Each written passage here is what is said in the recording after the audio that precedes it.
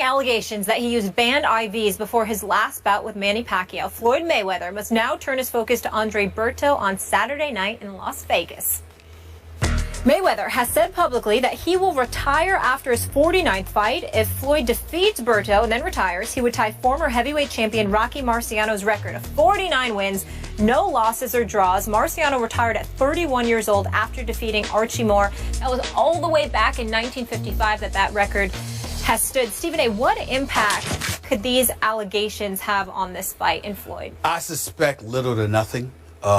Floyd Money Mayweather is just entirely too experienced, and when the adversity hits him, he rises to the occasion inside that ring. But I will bring up a couple of things. Number one, supposedly it canceled an interview with SportsCenter that he was supposed to have yesterday. Yep. Normally, I'm very, very big on you make a commitment, you do everything it takes to get there. In this particular situation, I don't have a problem with it, because when you are a fighter and it's like on the eve of the fight, anything that distracts you, remember, it only takes a split second to get caught with the wrong punch and take you out of there. So anything, when it comes to fighters, I'm not talking about meaning him and SportsCenter or whatever. I'm saying that when it comes to a fighter, whether it be in boxing or the UFC or something like that, when your very life basically is on the line because you got to fight, you shut off all distractions. That's just me at that moment, meaning like on the eve of the fight. The other thing that I want to say is this. I don't believe Berto is going to win this fight. I think he's going to get schooled. I don't think he's on Mayweather's level. But I would like to keep in mind, Berto does have power, he does have speed, and he does not back up. He's coming. And so as a result of that, you get a puncher's chance in the sport of boxing. And I believe he has a puncher's chance, even though I don't think it's not as much of a chance, because I don't expect Mayweather to get hit, to be quite honest with you. Having said all of that, I do not believe Mayweather is going to retire. I do believe he will fight this fight. He will announce his retirement, obviously, and say it was great and he's not going to miss it. And then he will wait to see what happens with Cotto and Canelo Alvarez on November 21st, I believe. And after that, what Pacquiao does. And then he'll make a decision about getting another $100 to $200 million down the road about a year from now. In the end, what it comes down to is that he's gotten a bit slower, just a touch. He's got hit against Sugar Shane, got hit against Madonna. And so as a result of that, even though you surmise that this ain't going to be a distraction because he's too experienced and too much of a veteran, you never know, because we're talking about a split second where something could happen. So I'm keeping my eyes on this, because I think regardless of how they want to act, this report stung them just a little bit, more so than other things in the past. This is not the first time something like this has been mentioned. It's the first time it's gotten to this point. And I think that is categorically and emphatic as Leonard Ellaby was in denying to me personally that this is bogus, there's no truth to it whatsoever, this is much about nothing, this is a bunch of nonsense. At the end of the day, that doesn't mean they're not irritated. It doesn't mean they're not disgusted. And you never know how that can affect somebody just 48 hours later. You know, when you first started talking, I thought you were just kind of hyping the fight, like giving people a reason to watch it because one punch could catch him. But the more you spoke, the more I thought you were showing your heart on this. You think that Floyd could be in a little bit of trouble here? I think it's possible from the perspective of, I don't think Berto, a boxer, is on Floyd Mayweather's level. And I don't think that he can outbox him. My thing is, I think Berto knows that. And the whole thing about it is that I don't care how beautiful you can box. How are you once you get hit? If Berto hits this guy, Berto is not as slow as Madonna, and he's not as old as Sugar Shane.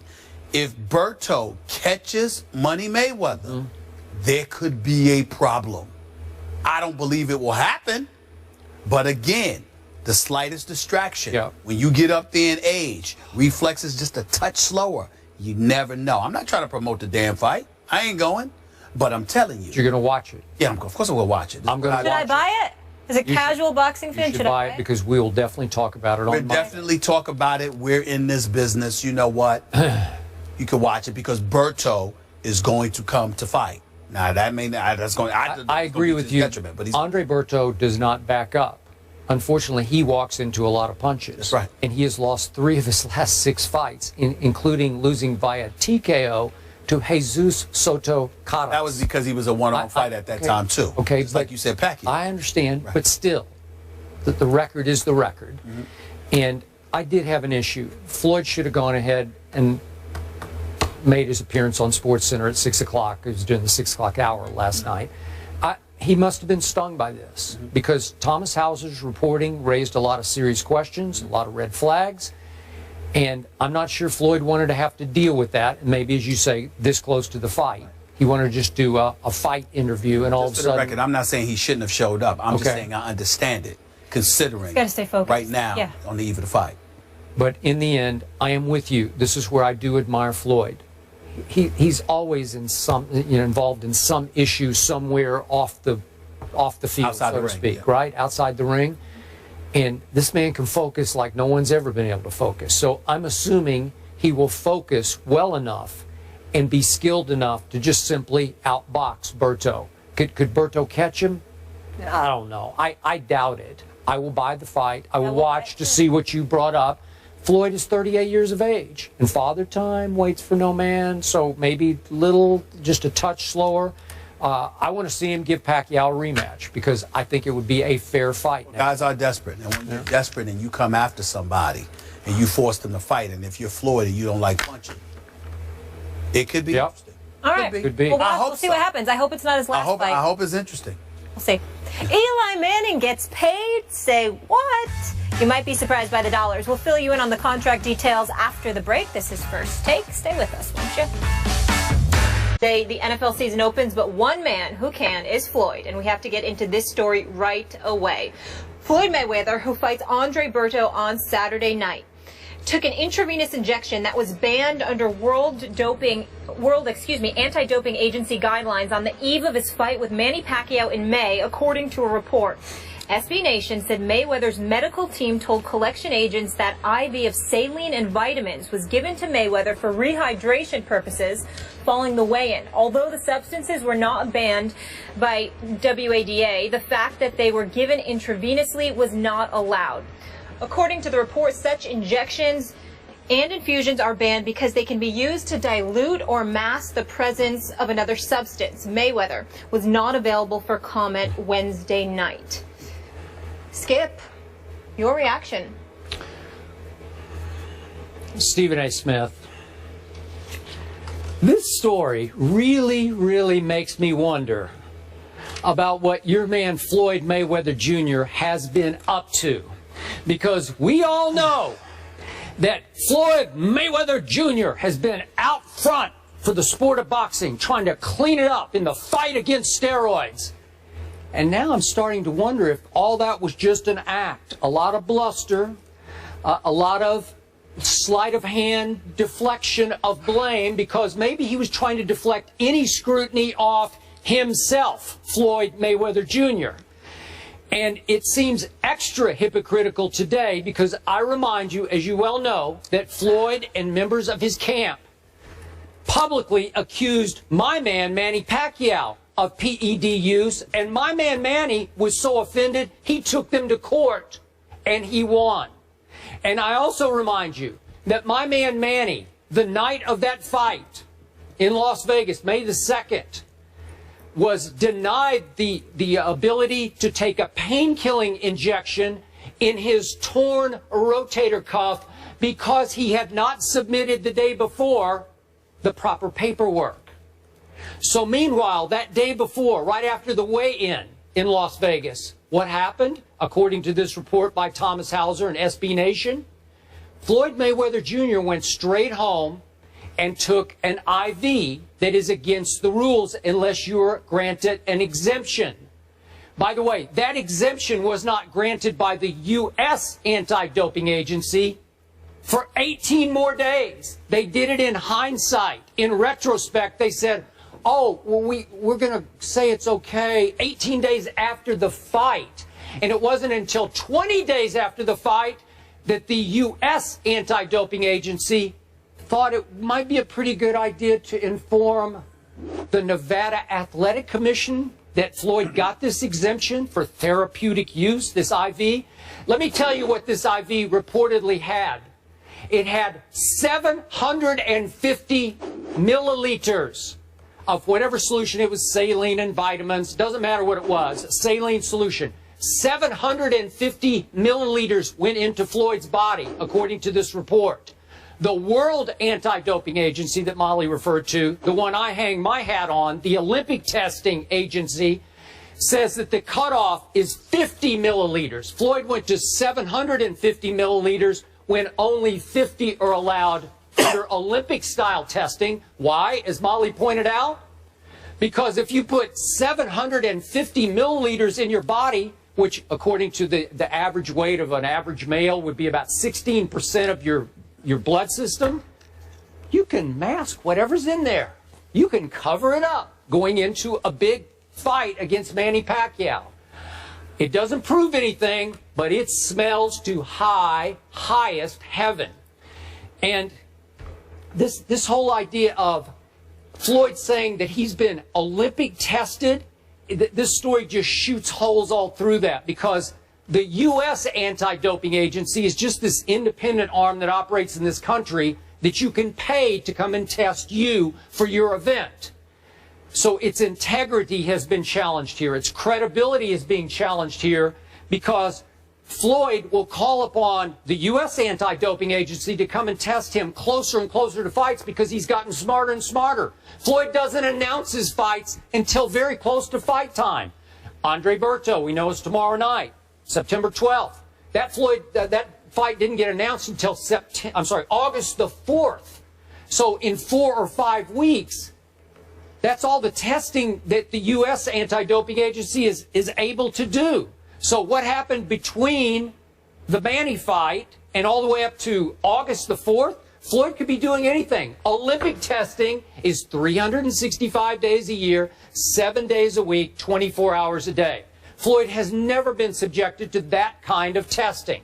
And let me also add, before I hand off to you, Stephen A. Smith, I know this writer, Thomas Hauser. He is a dean of boxing writers. He's now 69 years of age. He wrote the definitive biography of Muhammad Ali that was published in 1991. You could say that he's favorable to Ali, and you could read, I'm going to be objective here. You could read into it that maybe he has an axe to grind against Floyd because Floyd has been so publicly hard on Muhammad Ali. I don't know that. I don't believe that.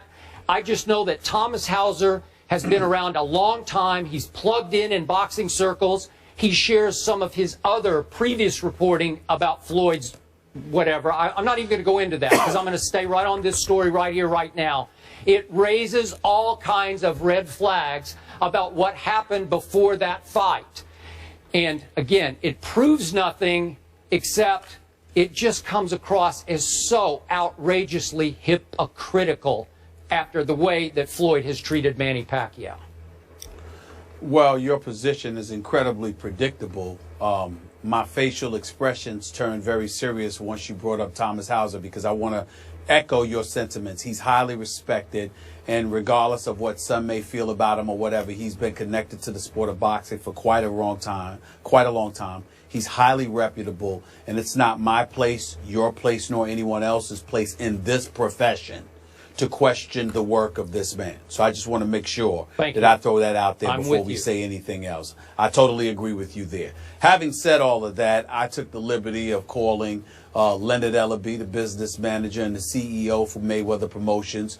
Approximately 30 minutes ago, I got off the phone with him. They're going to issue a press release within the hour, I believe, where they're categorically denying that there's any truth whatsoever to the reports.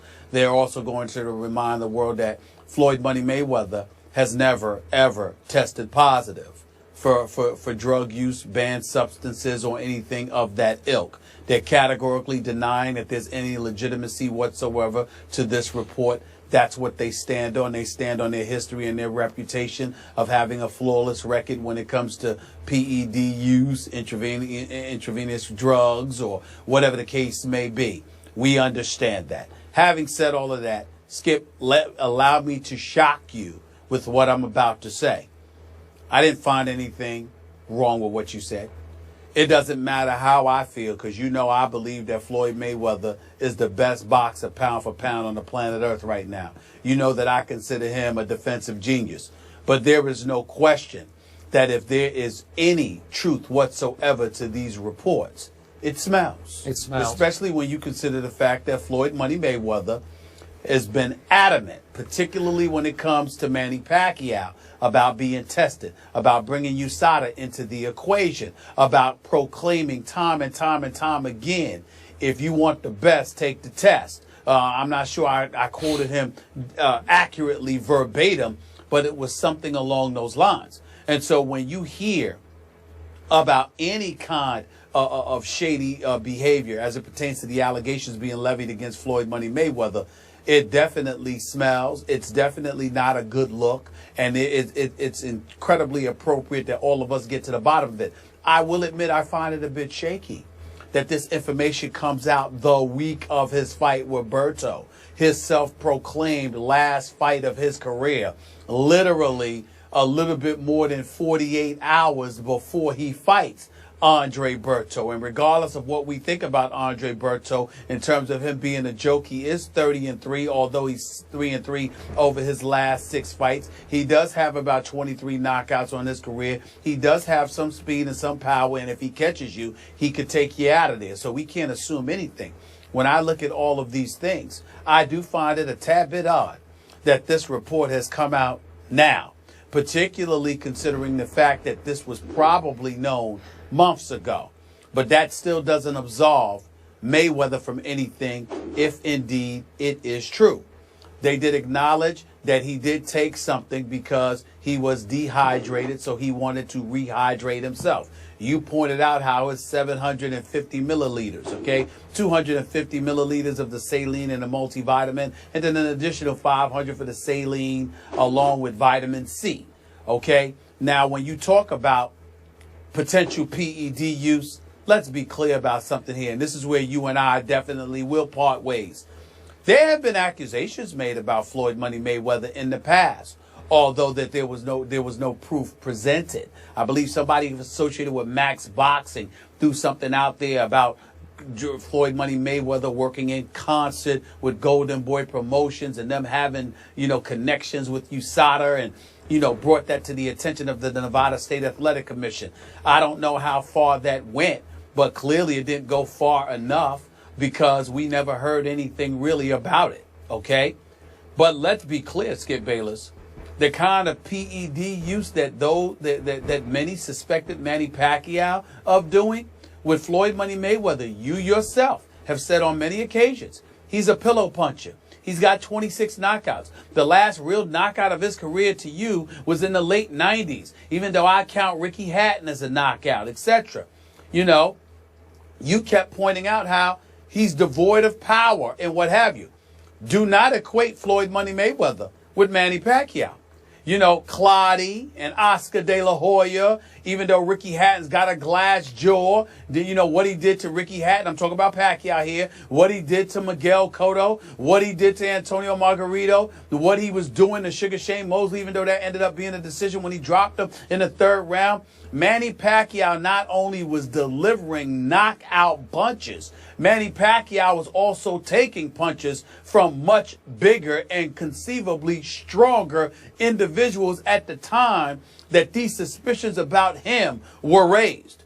I don't see any of that with Floyd Money Mayweather. We see a guy that's the same size. We see a guy that's devoid of the knockout power. We see a guy that's prepared to go 12 rounds each fight, etc., etc. So although I am willing to say to you that this does need to be investigated and we need to get to the bottom of this, and if indeed any of this is true, Floyd Money Mayweather does come across as a flaming hypocrite if there is truth to this report, I would ask you to keep in mind how they're categorically denying it, how Leonard Ellaby is scheduled to issue a press release, for Mayweather Promotions, and last but not least, it doesn't compare to what we were seeing from Manny Pacquiao at the height of his stardom. What Manny Pacquiao was doing to cats while moving up in weight was absolutely, unequivocally extraordinary. And it raised a whole lot of suspicions. You didn't see anything from Floyd Mayweather to raise suspicions. I would like to point that out. Okay. Back to your points in order. The timing of this report is timely. At least Floyd's in the news right now. Isn't this the end of his career, potentially? I'm not buying that, but that's what he says. He is going to fight tomorrow night. Okay, so I don't have a problem with the timing of the report. I do have a small problem with what you're saying, and I agree with you about Pacquiao. He did seem to get a little stronger as he came up in weight, as he had to, and he was just destroying dudes on the way up. I'm with you on that.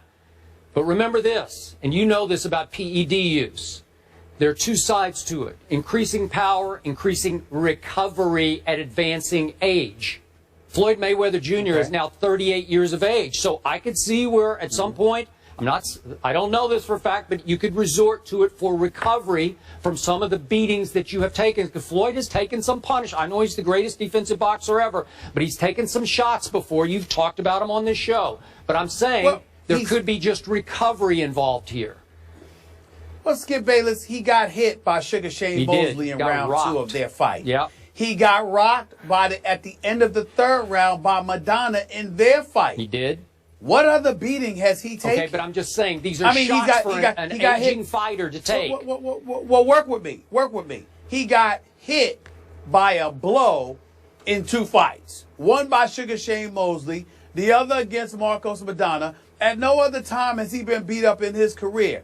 Manny Pacquiao, believe it or not, I've never had a problem with the power that Manny Pacquiao exhibited when he was moving up in weight. Even though others may have, Skip, that wasn't my issue with Pacquiao. You know what my issue was? How he would literally invite you to punch him.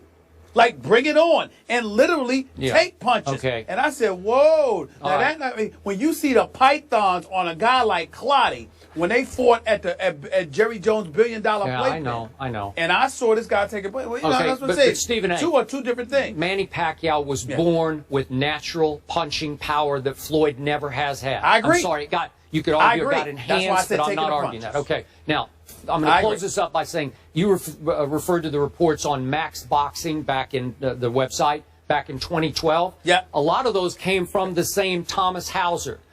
I just encourage our viewers, if you have a couple of minutes, because it's going to take a couple of minutes, go read Thomas Hauser's report on SB Nation right now, because he goes into detail about all of his past investigations into Floyd's. I'm going to leave it alone because I don't want to accuse Floyd any more than what we did with this IV. Okay, but go read it and then you can make your own conclusions, because he did have one hard evidence that he reported even again today.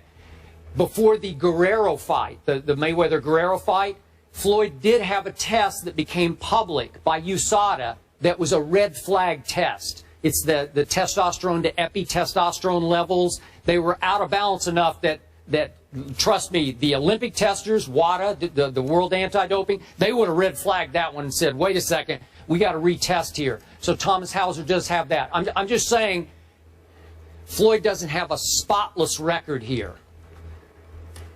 It doesn't look. I agree with that. It does not look spotless. He may have some explaining to do. But I'm saying to you, he sort of deserves the benefit of the doubt from the perspective that in the ring we've seen nothing different, whereas we saw something significantly different along the way with Manny Pacquiao.